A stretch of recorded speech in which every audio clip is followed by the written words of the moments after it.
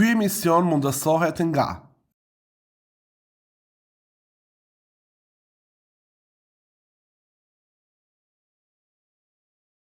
Përshëndetje doktor Nadi. Përshëndetje.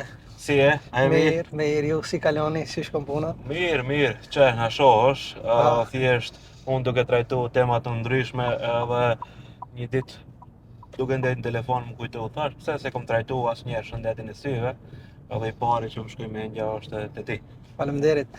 Po përgëzoj një për emisionet, unë i kam shqyqu disa emisionit, ju e këtë jenë jashtëzakonisht të mirë dhe shumë atraktive me thënë drejtën, edhe shumë një model interesant, se jemi mësu gjithmonë në për zyra, në për të studio, dhe me thënë, është pak ma ndryshe, kjo është pak ma atraktive, besoj që dhjetë edhe ma e kapshme edhe për shikuesit ose pacientët. Tema është e kapshme për herë, se syri është ajo që neve burimi i parë i lëvizjes, normalisht, edhe që besoj se do ta ndjekin, po edhe nëse nuk e ndjekin ne punën tonë e bëjmë. Po padyshim, ne kontributin tonë do ta japim, urojmë që dikush, kushdo që tjetë ai, sadopak që ndikojmë edhe këto, duke pas parasysh se me synin secili njeri ka një problem.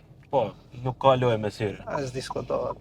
Ne kemi sfidë tash këtë pjesën e digitalizimit edhe përhapjen të madhe të telefonave celular. Edhe tregom njëherë cili është rreziku më i madh që ta dinë njerëzit. Teknologjia bën të vetën, por kur ajo shfrytëzohet për punë është diçka ndryshe, por kur shfrytëzohet për gjëra të tjera, domethënë të cilët nuk na japin ndonjë kontribut jashtëzakonisht të madh dhe lindin dhe problemet. Unë mendoj si problemi më i madh është te fëmijët e vegjël, të cilët jashtëzakonisht më të madhe përdorin këto teknologji. Edhe është një problem i madh i cili lind prej në moshën shumë të reja. Fëmijët, domethënë pas sa të lindin, sa të ambientohen, domethënë me telefonat, edhe këtu është një faj jashtëzakonisht i madh i prindve, të cilët i lënë me kohë gjatë, domethënë që fëmijët s'kan kohë, e keq është që prindi në anën tjetër rrin prindi me telefon, tjetër në anën fëmia. Prandaj edhe është jashtëzakonisht problematike.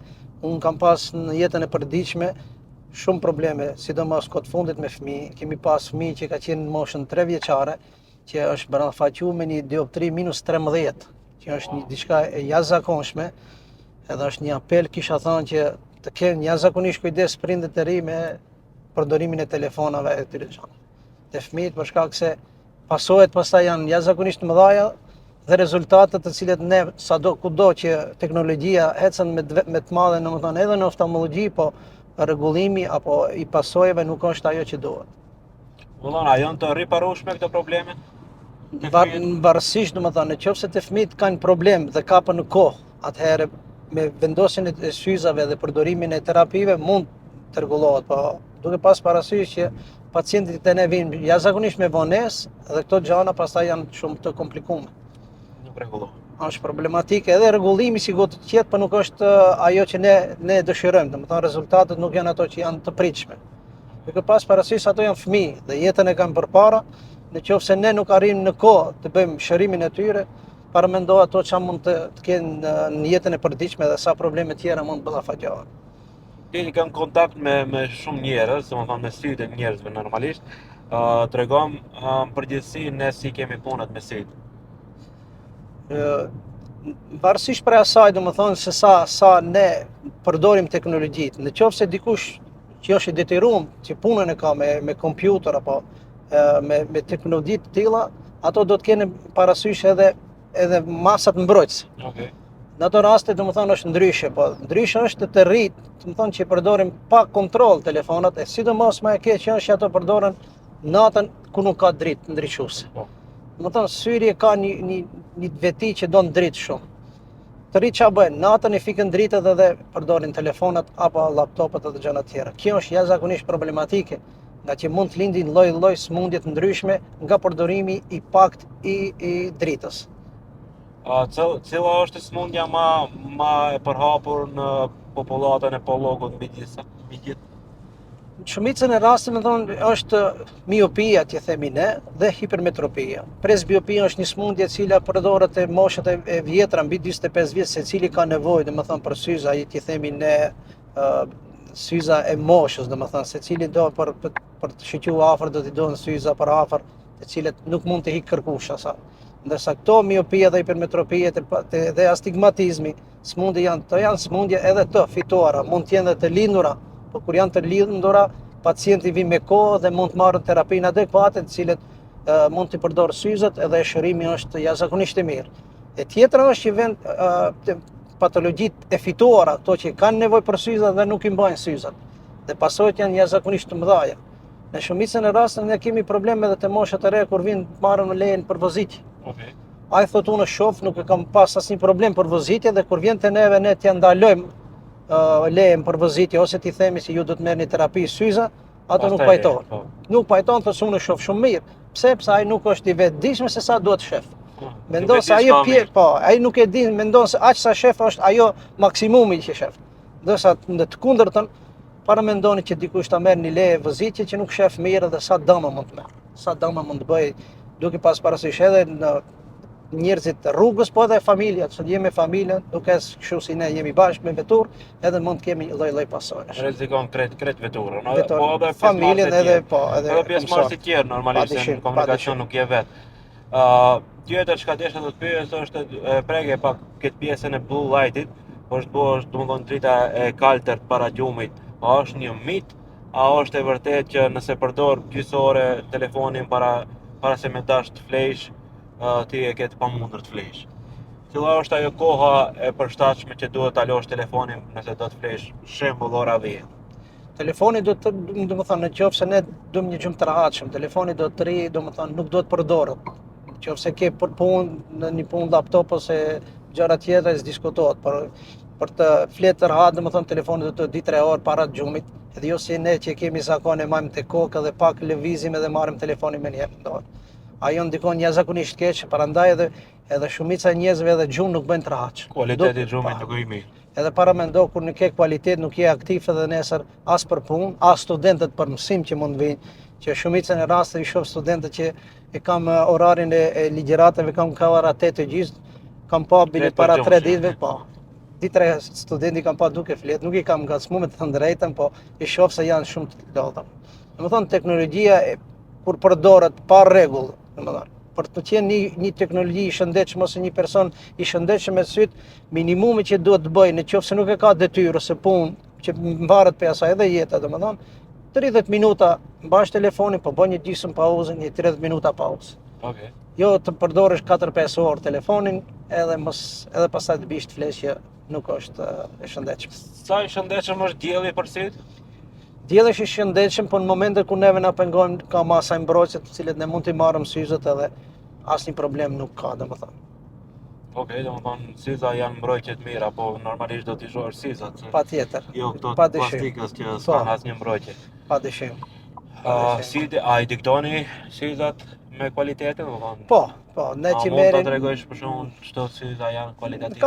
Ka aparatura të posaçme të cilat përdoren edhe ka, vetëm se duhet të kem parasysh edhe ku blehen, domethënë. Normalisht. Unë shpesh kam me pacientët kur kemi sidomos këta që përdorin syza për afër, shumicën e rasteve thonë doktor, janë të mira me këto syzat 100 denar që kushtojnë.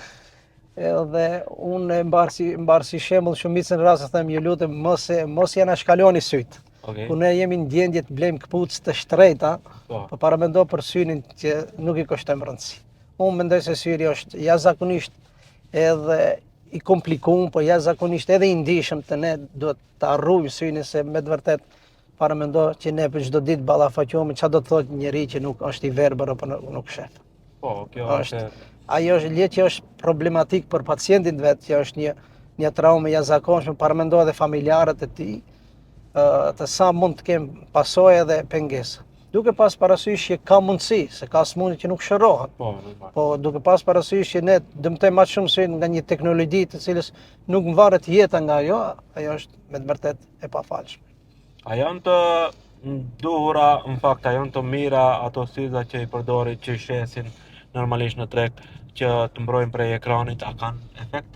Po, është e vërtet që kanë efekt ato syza, po jo nuk do të thotë se i kam syza tash edhe unë mund të rri 20 orë në telefon.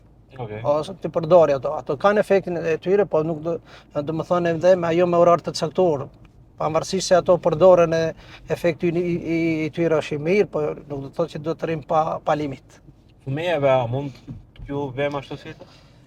Fëmijëve mund të përdoren, po është e keqe se nëse fëmijëve ju japim, unë shpesh sugjeroj nëse se shumë familjar kanë dëshirë, domethënë me të drejtë, po unë kam frikë se kur t'ja bëjmë fëmijës t'i japim ato syza ai nuk do të hiqet, duke menduar se unë kam syzat mbrojtëse dhe mos më ngacmo. Unë mendoj që nuk është e pëlqyeshme shumë për fëmijët, nëse ai fëmijë përdor syza për smundje që është hipermetropia, miopia apo astigmatizmi, atëherë mundet që xhamat të cilët janë të kenë shtresë mbrojtëse. Për ato jam dakord. Po këto fëmijë që nuk kanë nevojë për syze, janë asnjë pengesë nuk kanë edhe të marrin syza mbrojtëse, në shumicën e rasteve flas për moshës 10 vjet e poshtë, se mbi ditë 13 vjet, 15 vjet ato janë të vetëdijshëm, ato mund përdorin, nëse këto moshat e vogla nuk isha sugjeruar se kam frikë që mësohen aq si kam syzat edhe më le rahat që të luaj PlayStation ose këto gjëra të tjera. PlayStation. Unë kam parasysh se e kam djalin, e kam 9 vjeçar, 10 vjeçar tash po i bush, edhe e kam parasysh që shpesh thot babi më jep syzat se më shumë do të luaj. Nuk ja jap syzat edhe nuk ka syza se i them më shumë se 40 minuta s'ke nevojë të luash. Si prishet. Po. Domethënë ajo është e kufiri që ti e mundo maksimumin ta bëj që ajo do të jetë. Edhe mendoj se është një apel që sa më pak fëmijë të rinë për to është më mirë. Edhe do të kemi kujdes, sidomos prindërit e ri të cilët mundohen që të rahatohen vetë, merre telefonin edhe na nini rahat edhe ashtu. Unë mendoj që duhet sa më pak fëmijë të kenë përdorimin e këtyre mjeteve. Tash kur jemi domethënë i përmendëm krejt problemet te parandalimi nëpërmjet ushqimit. Se është ushqimi më i shëndetshëm për ty? Ushqim më të shëndetshëm, domethënë ushqim specifik nuk ka. Ushqimi më i mirë është syzat nëse ke nevojë për syzat i bë. Ti përdor, por ti thush se të ha këto ushqime edhe nuk do të jemi i rrezikuar për këtyre mjeteve, nuk është e vërtetë kjo. Pavarësisht domethënë ushqimeve që mund të hash nëse ju vazhdimisht të rini nëpër telefone, kompjuter, laptop, nuk do të thotë se ka shërim për ato. Shërimi është syzat për ata që kanë nevojë për syza, po jo ushqimin. Shpamër. A është e vërtet ajo karrota? Është e vërtet, po, janë ato vitaminat A që kanë, ato mund të na ndihmojnë, po jo të na parandalojnë se ha vitamina A unë edhe do të rinë telefon ose kompjuter pa limit. Nuk ka ushqime specifike të cilët që mund ta ndalojnë to. Domethënë vitamina A është e baza për ndihmë të shikimit më mirë, jo mbrojtje totale. Është vitamin, por nuk do të thotë se përmirëson diçka. Veç ndihmon. Ndihmon. Okej. Tregom sa herë duhet bëjë në kontroll në njeriu i rritur edhe në fëmijë? Për fëmijët kisha thënë një herë në 4 muaj, ndërsa për të rritur një herë në 6 muaj, domethënë një herë në vit është mirë për ta. Për fëmijët duke pas parasysh se edhe prindët nuk janë të vetëdijshëm se cilën mund të jetë. Sa më shpesh më ardh një herë në 3 muaj, më ardh 4 muaj është mirë më ardh. Duke pas parasysh se teknologjia po ecën përpara dhe ne të jemi koherent, nëse ne një smundje kapim me kohë, edhe rezultatet janë jashtëzakonisht mira. Nëse një fëmijë vjen, unë kam pas rast që fëmia vjen që nuk shefë më telefonin shumë afër, vjen te ne, i saktojmë dioptrin, edhe ai ka përmirësim të jashtëzakonshëm. Duke pas parasysh se deri në moshën 10 vjeçare kemi zhvillim të pamrit, mbas asaj moshe pastaj zhvillimi i pamrit veç bie. Edhe ai sy pastaj ngel dembele dhe rezultatet nuk janë të mira, që gjuhën mjekësore quhet syri amblyop ose ne që themi syri dembel, nuk na shef. Prandaj është mirë çdo 3 muaj apo 4 muaj fëmijët të paktën të sjellin që me kohë që të vinë. Unë shoh tash që edhe domethënë kur futen në klasë të parë vinë domethënë marrin vërtetim nga ne për të futur shkollë. Shoh një grumbullim të prindërve në ditët e fundit, duke pas parasysh që ke një vit për të ardhur fëmijën ta sjellish, plus asaj që bën me presione të ndryshme, ma jep vetëm vetratimin dhe ta çon shkollë ta regjistroj fëmijën, nuk ka rëndësi pastaj do ta sjellë. Unë kisha thënë një apel që fëmijët të binë me kohë, që ne të bëjmë kontroll ashtu si duhet, jo të shpejtojmë, jo nga 60 fëmijë në ditë, dikush janë, dikush rrin, dikush, domethënë është pak e lodhshme, jo e lodhshme për ne, po është puna se nuk bëjmë rezultat. Ne japim një vërtetim, shkon futen në shkollë, fëmia nuk na shef. Ti sjell vendim si mjek në presion të kohës edhe nuk është e lejueshme. Duke pas parasysh që kemi tan vitin. Edhe që na kushton fundit një herë në 3 muaj të sjellim fëmijët. Si preventiv që nëse ka ndonjë problem, ta rregullojmë me kohë. Edhe rezultatet do të jenë të pëlqyeshme edhe të mira, edhe për neve si mjek të jemi edhe ne krenar për punën që bëjmë, po edhe për prindët që kur të shohësh nesër fëmin me rezultate të mira është shumë e pëlqyeshme. A më bën një krahasim mes 10 vjet të fundit, për shembull, si ka qenë shëndeti i qytetarëve që ti u shërbejnë këtu në Tetov? A shkon në përmirësim, a shkon në degradim? Me thënë të drejtën në të kundërtën, domethënë. Degradim. Shumë pa. Shkon me të madhe që duhet dikur në literaturë shkruhet që deri në moshën 25 vjeç rritet dioptria. Unë kam pa që edhe dioptria tash rritet edhe mbi mbas moshës 50 vjet. Nga që teknologjia, përdorimi i teknologjisë është jashtëzakonisht i madh, edhe përmirësimi, domethënë është i ngadalshëm nga që njerëzit le që nuk i marrin syzat, po edhe ato që i marrin nuk i përdorin siç i duhet. Mundohen që të anashkalojnë atë dhe kjo është jashtëzakonisht problematike. Nuk e pas parasysh që pastaj edhe pasojat janë të mëdha. Dikush për shembull nëse ne me kohë të një fëmijë bëjmë terapinë me syzat dhe është i kënaqur, vjen koha që është mërzit nga syzat. Ka mënyra operative të cilat bëhet heqja e syzave dhe pacienti mund të jetë jashtëzakonisht komod. Kemi lloje të operacioneve me vendosjen e thjerëza me multifokale, ku pacienti nuk ka nevojë për syze as për larg as për afër. Kjo është një mrekulli. Nuk ke nevojë për dikush është mërzit me syze që është e vërtet, 40 vjet i mbaj syzat është mërzit, ka metode tjera të cilat e rregullojnë. Po kur rregullon këto? Nëse një pacient i ka mbajt syzat, ka mbërrim maksimumin e pamjes, atëherë jemi fitues ne që mund t'i heqëm syzat. Po një njerëz i cili nuk i ka mbajt syzat, edhe thotë duam të operohem. Ti edhe me operu nuk ke rezultate, nga që zhvillimi i pamjes ka ngecë. Prandaj është jashtëzakonisht motori mrenda, ti s'ke çka i bën. S'ke, domethënë nuk është përpara, nuk ka zhvillim pamjes, edhe nëse bën operacion, zhvillimi, domethënë pamje nuk do të kesh përmirësuar, po do jetë ajo që është.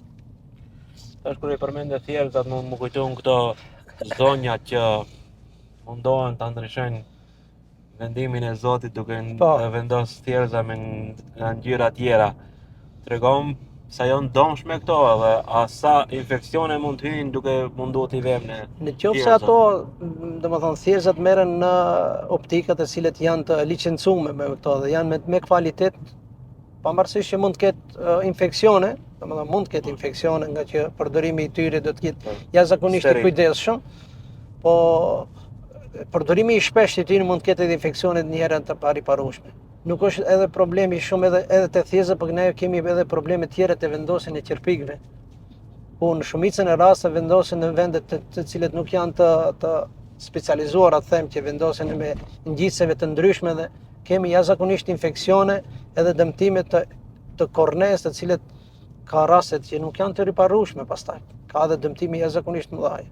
Mund t'i përdorësh për bukuri, po të jetë paktën e cilësisë lartë, jo të merret në vende ku shiten në vende të cilat nuk janë të specializuara. Pastaj nëse vendosen në vende ku janë specializuara, mjeku i cili rekomandon atë mban edhe përgjegjësinë dhe mban edhe kontrollin edhe gjithë ashtu si duhet. A është më mirë hiç më vjen? Unë mendoj, po nëse nuk i ketë patjetërsueshme se ka thjerëza me ngjyrë, ka edhe me dioptri që mund t'i vendojmë. Ajo është ndryshe, domethënë janë të obliguar, po edhe ka edhe syza me dioptri me ngjyrë mund t'i mendojmë. Vetëm se duhet të jesh jashtëzakonisht jemi të kujdesshëm në infeksionet aty. Në mbarvajtjen dhe infeksionet.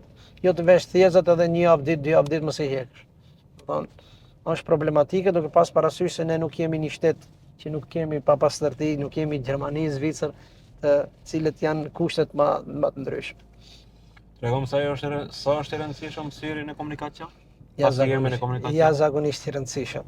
Prandaj atë kisha si apel te rastet e shoferëve të rinj që të kenë kujdes, nëse ka problem me syt, të vendosje syzat me kohë që kur të vijë puna të marrë lejen, të marrë me merit, që të shef që mos ketë probleme në komunikacion. Është kryesor janë, sidomos në komunikacion. Le që merr në qafë edhe veten edhe familjen, po edhe mësorët edhe njerëzit tjerë. Është jashtëzakonisht problematik. Si mjek, a ke ndonjë apel? Se unë i harxova, domethënë temat që duhet të diskutojmë, po normalisht i ke prej përvojës si mund t'japësh ndonjë apel që ne bashkërisht mund të ndikojmë të njerëz. Unë mendoj se një kontroll i rregullt i fëmijëve sidomos, po edhe i moshave tjera, me kohë, se çdo gjë kur kapim, çdo smundje kur kapim me kohë, edhe rezultatet janë jashtëzakonisht të mira. Të shërimit. Të shërimit, edhe pacienti do jetë i kënaqur, edhe ne si profesionist do të jemi jashtëzakonisht të kënaqur. Më thënë, kontrolli i rregullt është shpëtim për gjithçka. Pavarësisht se ka domethënë smundje të cilat ndoshta edhe nuk mund të jenë 100% të shërueshme, por kur kapën me kohë edhe rezultatet janë jashtëzakonisht të mira. Më thonë të mbet çdo 6 muaj, të vogli çdo 4 muaj. 3-4 muaj është më mirë. Okej. Shumë mirë atë, shumë faleminderit për kohën. Faleminderit për juve. Shpejt, edhe profesionalisht kemi folur, domethënë nuk kemi marrë me tema që s'ka nevojë të merrem. Ashtu është. Unë uroj që sadopak kjo bisedë jona të ketë ndikim, domethënë sidomos edhe ke prindët e ri të cilët kemë kujdes me fëmijët, me dhënien e telefonave dhe mjeteve tjera, se jashtëzakonisht janë të rëndësishme që shëndeti i fëmijës është numër 1 për gjithë neve si prind, po ardha me kohë dhe ndjekja e smundjes edhe e fëmijëve me kohë është jashtëzakonisht e shërueshme. Tjetra që është shumë e rëndësishme, jo se do të vendosim syzat, po prindët do të jenë të kujdesshëm që fëmijët t'i mbajnë syzat. Se nëse i merr syzat edhe nuk i mban, edhe ajo është e barabartë me jo sukses. Kënaqësi. Shëndet, ishe kënaqësi edhe për mua. Urime për emisionin. Faleminderit. Ky emision mundësohet nga